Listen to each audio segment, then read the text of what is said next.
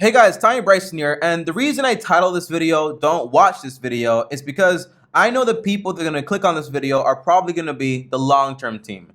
And this is more of a family video than it is, for example, a video to get a lot of views or whatever. Now, we made a video that's actually called How to Live Below the Poverty Line. And this video got over 72,000 views, which is actually pretty good. But I'm kind of upset, I'm kind of mad, and I'm going to tell you why exactly. Now, I've calmed down, honestly I have, but when I first got the idea to make this video, I was about to blow up when I made this video, okay? Because the idea is, I make a video telling and teaching people exactly how you're able to actually live below the poverty line, what you need to do. And I got these overwhelming comments. By the way, aside from the very positive ones, I read all the comments, so I saw also the positive ones from you guys, and I appreciate it a ton.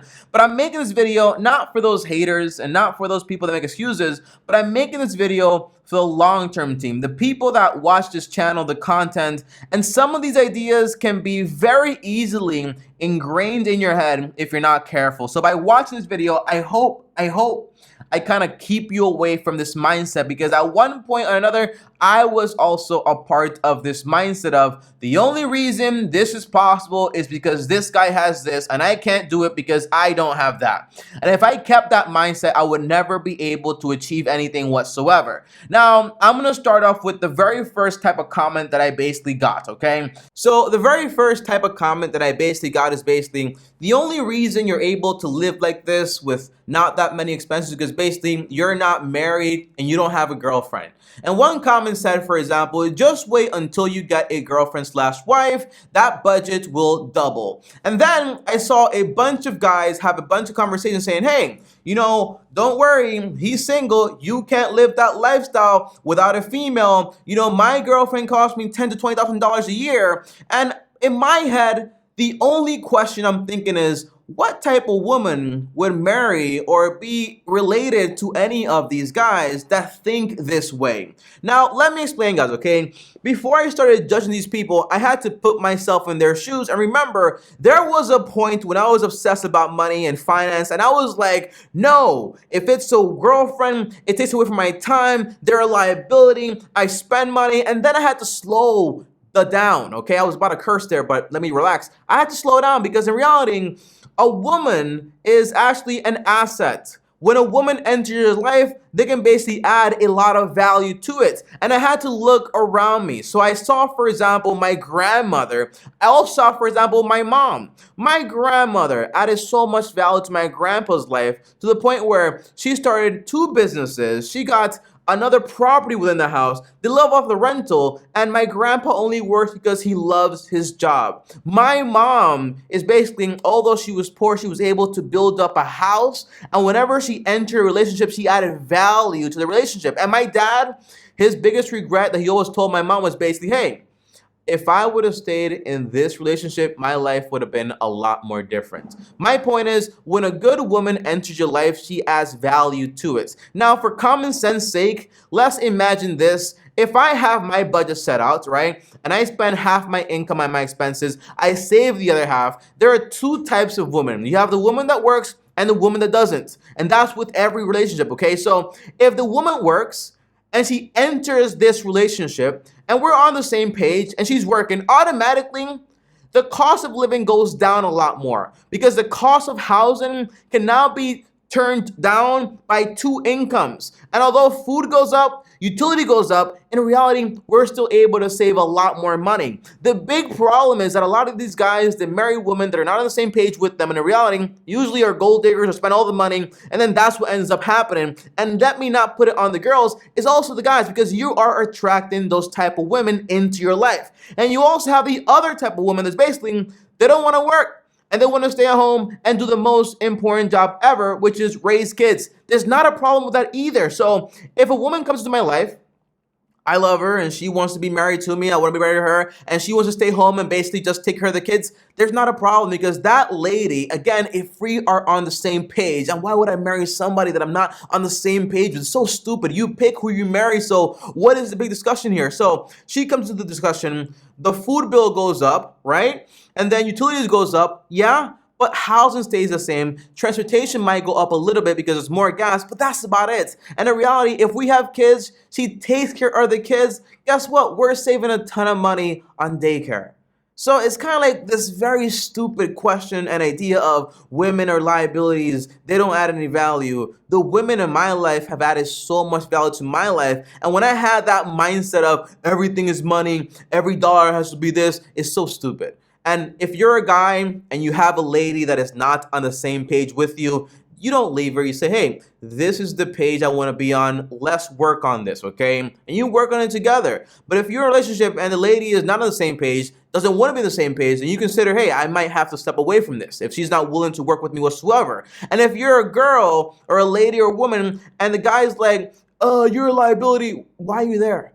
Why are you there? You know what I mean? Like, why would you want to be with someone that looks at you as an expense? You either work on it together or you kind of be like, yo, this is not probably going to work out. So this excuse is out of proportion and in reality makes absolutely no sense and it's just a massive excuse, okay? Having kids, having a wife, it actually, if the woman works, actually increases the amount of money you can save as long as you're on the same page. It's like being in a canoe, and if you're rowing by yourself, now if you have a partner and she's rowing too, you're going to get there in double the time. That is the idea. It actually helps you a lot more. But if you're rowing forward and she's rowing backwards, you're not going anywhere. The problem is who you select as a wife. The problem is not the woman, okay? That's the idea. Now, the second comment that I got that threw me off so much and it got me so upset. Well, before I actually go there, I also want to highlight some positive comments. People that said, hey, Tommy, me and my wife downsized, decided to basically lease our townhouse, we sold our cars, and then in reality, we live in a semi-truck, and we're basically trying to basically get debt-free. That's awesome. Another person said, hey, Tommy, this is an awesome video, and me and my wife or my girlfriend, we're actually on a budget now. We have a plan. This is actually going to help us a lot. The point is, you can either make excuses or you can make things happen, okay? Now, this comment, it really threw me off because I can't stand it. Because if you are a part of my channel for a very long time, you know where I come from. And you know what I had to go through to be where I am right now on this very chair. So here's what the comment says, okay?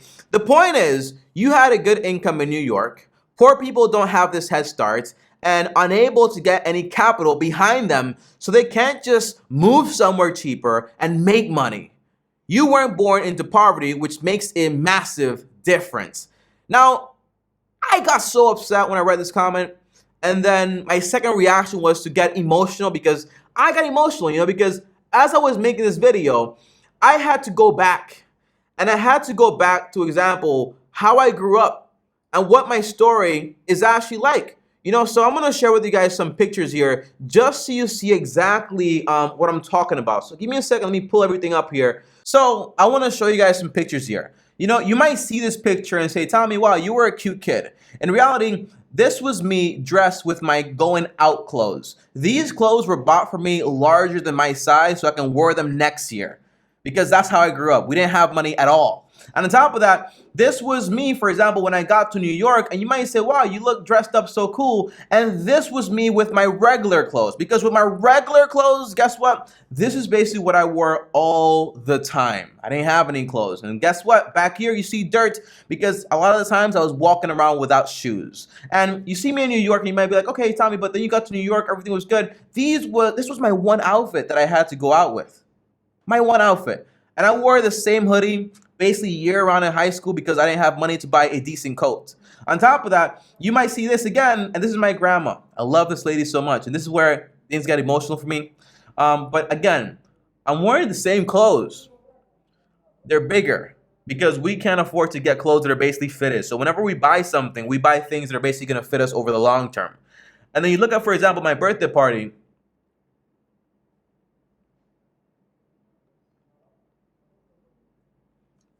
There's not a lot of stuff there. And you see maybe a little cake or something like that. There's not a lot of stuff there. Not the most presents. And you have, for example, a table we kind of dress up with something.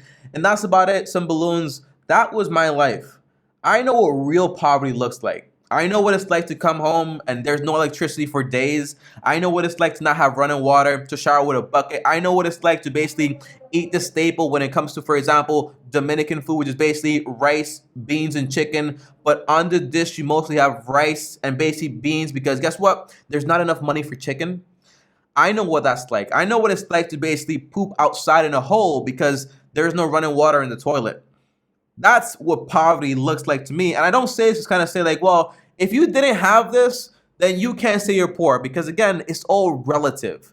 When I was living like this, maybe my neighbor would be like, Tommy, you have it good because guess what? They didn't have any food whatsoever. And if you live, for example, in the States and you have, for example, you're poor, but you have a full fridge, you have every need basically taken care of, housing, utilities, groceries, transportation, guess what? You might still be poor because you can't afford anything else either. So being poor is relative. But when people say, for example, that you had it good, everything was fine, so you can't really say that you had life tough and the only reason you made it, you didn't have what, blah, blah, blah. Bro, these right here, I'm going to show you guys this too. These right here are my parents, okay? This is my dad. My dad passed away because we didn't have enough money to basically get him the best treatment. That's the truth. So when you talk about poor and all this stuff, I know what that looks like. And I know how much it actually hurts. This was basically my dad and my mom back in the days, how my dad used to look. And I'm so happy with the life I had, the life my dad had to have, you know, and the life I have today. But it didn't come from me. Like, where does this idea come from? And what is the big issue with this massive excuse? I know people that grew up with money don't have any today. People that grew up better than me don't have more than me today. It's a big excuse. Like the cards that I was dealt, they weren't the best, but you make it work with whatever you basically have. And by the way, again, when I say a good woman adds value to a man, I really do mean it. My dad's biggest regret was not staying with my mom because he said his life would have been so much fulfilling and he would have had so much more if we would have stayed in that relationship. And it probably would have been a lot better overall, but who's to say? Who's to say? So that excuse is just out of proportion, doesn't make any sense. And now there's something that I actually do want to say about this, okay? Because this right here is very important.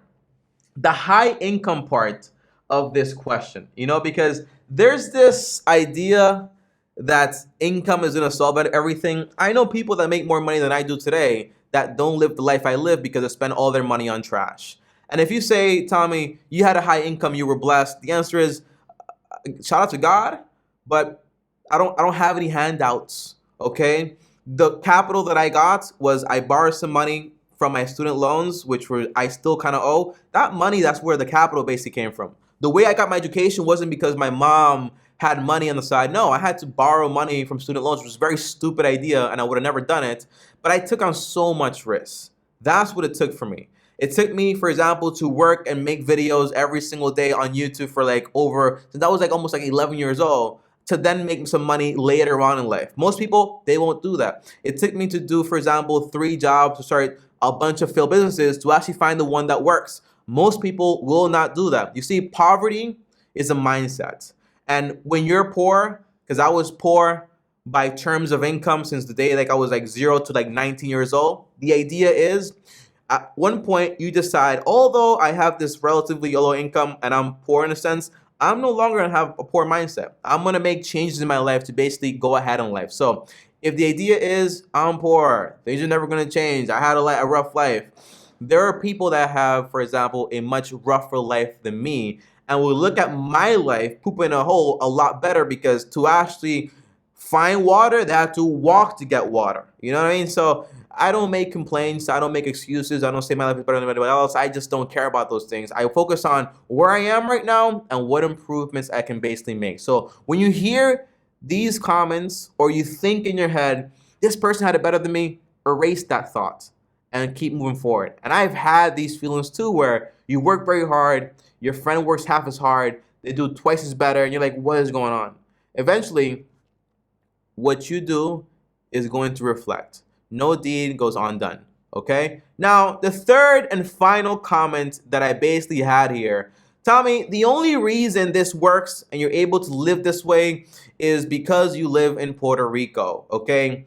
MF living in Puerto Rico, LMAO. That explains it all. Puerto Rico, duh. The answer is, you know how many Puerto Ricans are broke? A lot. You know how many Puerto Ricans have money? A lot. You know how many people in the US have money? A lot. People are broke? A lot. The problem is not the place. And this is a very good example I'm going to share with you guys right here. My uncle, I have several uncles, but I have three people here. I have my uncle.